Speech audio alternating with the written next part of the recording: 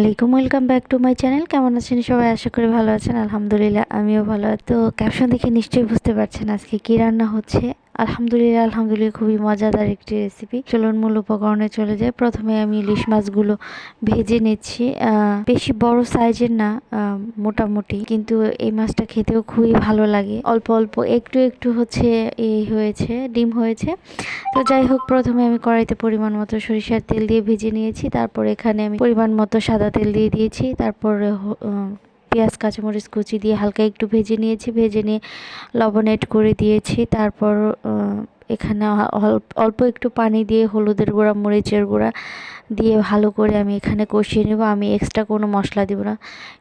ইলিশ মাছ যত কম মশলায় রান্না হয় ততটাই ভালো লাগে। তো এখানে আমি নতুন আলু দিয়ে দিয়েছি। নতুন আলু দিয়ে ভালো করে কষিয়ে নেব। কষিয়ে তারপর হচ্ছে আমি দিয়ে দিব, টমেটো দিয়ে দিব। তো আলু আর টমেটো দিয়ে আজকে রান্না করছি ইলিশ মাছ। তো দেখতে পাচ্ছেন কতটা সুন্দর হয়েছে। আলহামদুলিল্লাহ। ভিডিওটি শেষ পর্যন্ত দেখে যাবেন। খুবই ভালো হয়েছিল আলহামদুলিল্লাহ। তো দেখতে পাচ্ছেন এ পর্যায়ে আমি টমেটোগুলো দিয়ে দিয়েছি। টমেটোগুলো দিয়ে আরও ভালো করে কষিয়ে নেব। কষিয়ে নিয়ে তারপর আমি ঝোলের পানিটা অ্যাড করে দেব। তো আমার ভিডিও আপনাদের ভালো লেগে থাকলে অবশ্যই লাইক, কমেন্ট, সাবস্ক্রাইব করে দেবেন।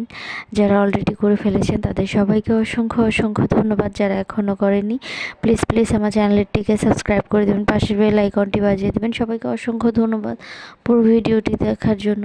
আশা করছি পুরো ভিডিওটি আপনারাও দেখে যাবেন আপুরা। তো যাই হোক, আপনাদের সাথে কথা বলতে বলতে ঝোলের পানিটাও দিয়ে দিয়েছি। ঝোলের পানি দিয়ে তারপর হচ্ছে ঝোলটাও ফুটে গিয়েছে। এ পর্যায়ে আমি আরও ভালো করে রান্না করে নিব। এ পর্যায়ে আমি ইলিশ মাছগুলো দিয়ে দিচ্ছি। ইলিশ মাছগুলো দিয়ে তারপর আমি ঢাকা দিয়ে বেশ কিছুক্ষণ রান্না করে নেব।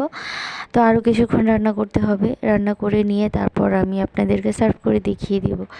তো দেখতে পাচ্ছেন কতটা সুন্দর আর কতটা কালারফুল হয়েছে। আলহামদুলিল্লাহ খেতেও অনেক ভালো হয়েছে। কথা বলতে বলতে দেখতে পাচ্ছেন রান্নাটি প্রায় কমপ্লিট হয়ে গিয়েছে। এ পর্যায়ে আমি ধনেপাতা কুচি দিয়ে দিব। ধনেপাতা কুচি দিয়ে তারপর হচ্ছে আমি আরেকটু রান্না করে নেব। তো ইলিশ মাছ যেভাবেই রান্না করেন না কেন সেভাবেই ভালো লাগবে।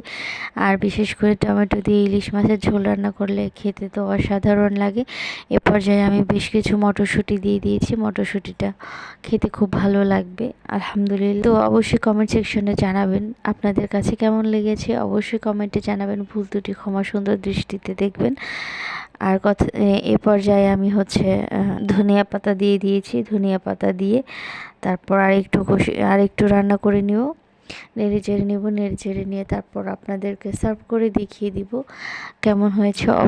অবশ্যই আমার রান্নাটি ভালো লেগে থাকলে অবশ্যই কমেন্ট সেকশনে জানাবেন।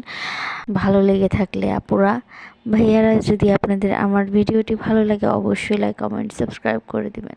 ধন্যবাদ সবাইকে পুরো ভিডিওটি দেখার জন্য। সবাই ভালো থাকবেন, সুস্থ থাকবেন। পরবর্তী ভিডিও দেখার আমন্ত্রণ জানিয়ে আজকের মতো এখানেই বিদায় নিচ্ছি। আসসালামু আলাইকুম।